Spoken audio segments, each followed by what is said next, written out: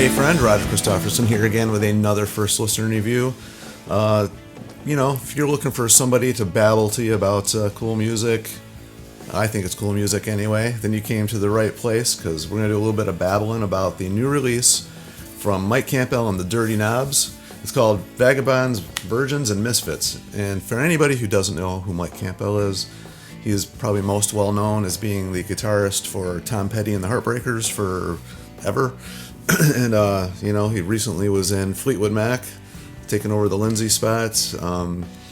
He's obviously wrote the big, huge hit for Don Henley, Boys of Summer, in case people don't know that. He actually wrote the music for that song. And, just a million other artists he's worked with over the years.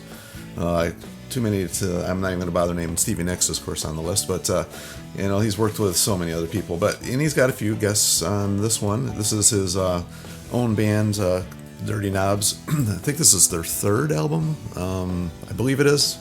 If I'm wrong, please correct me. That's fine. It's one of these guys I didn't know what to expect, and I heard about this band. I actually didn't. Somehow I missed the first album. I think this is the third one. I'm losing track of what he's got here. But I remember hearing about it. I was like, holy crap, how did I miss that? So went and got it. Had really not any idea what to expect, because he's done kind of different stuff. I kind of maybe knew what maybe it might sound like, but his singing, I'd never heard him sing on his own, so I really didn't know what that was going to sound like.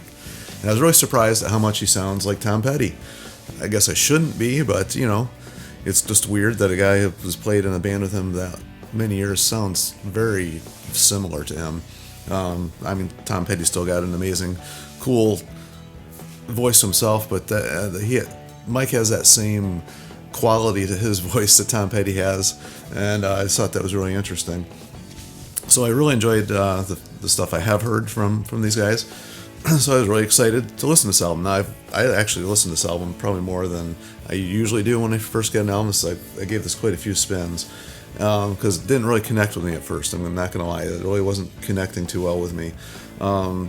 After a few more listens, it's starting to grow on me a little bit. So it's going to be one of those, at least it was for me. It starts out slow. It was really weird. It starts out slow.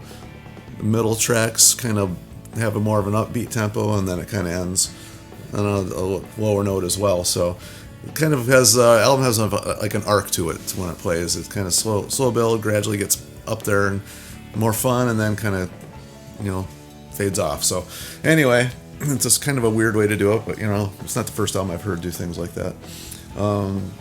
The guest appearance, he's got Graham Nash singing on one song on here, which I didn't even realize he was on it, quite honestly. When I first heard it, didn't even realize that was him. The one that really stuck out was the duet called Hell or High Water with Lucinda Williams on it. That was really good. Really enjoyed that song. And then he's got Chris Stapleton and Ben Montench guesting on Don't Wait Up. It was a cool little song. Nothing really to write home about on that one, but I liked it anyway. And the funny part was he ends with a song called Amanda Lynn, and I actually know a girl named Amanda Lynn, so I thought it was kind of funny, so I'm probably going to play the song for her.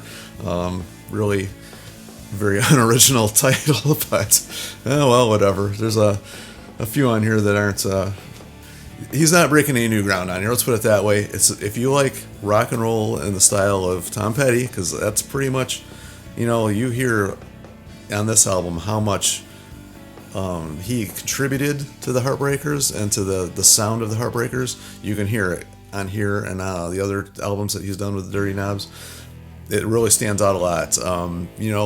Sometimes you just take for granted, that it's called Tom Petty and you think he created all this on his own. I'm not taking anything away from Tom Petty, but I'm just trying to give a little bit more kudos to Mike here, just letting people know that, man, when you listen to this, he really did contribute a lot to that sound, and maybe just unappreciated the contributions he gave to that band, and it really stands out here.